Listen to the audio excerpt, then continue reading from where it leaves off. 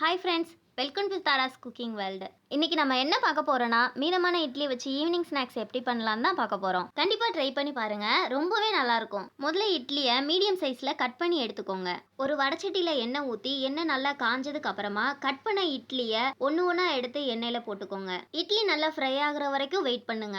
Idli fry ஆகிற கேப்ல ஒரு வெங்காயம் ஒரு தக்காளியை கட் பண்ணி மிக்சி ஜார்ல போட்டு நல்லா பேஸ்டா வர்ற மாதிரி அரைச்சிக்கோங்க. நான் 2 இட்லிக்கு ஒரு வெங்காயம் ஒரு தக்காளி எடுத்திருக்கேன். உங்களுக்கு எவ்வளோ தேவையோ அவ்வளோ எடுத்துக்கோங்க.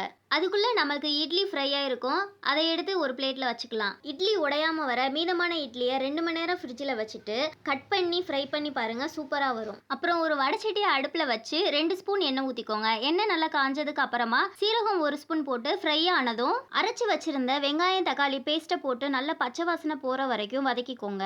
அதுல தேவையான அளவு உப்பு, கரம் மசாலா, 65 மசாலா, காரத்துக்கு ஏற்ற மாதிரி மிளகாத்தூள் போட்டு ஃப்ரை பண்ணுங்க.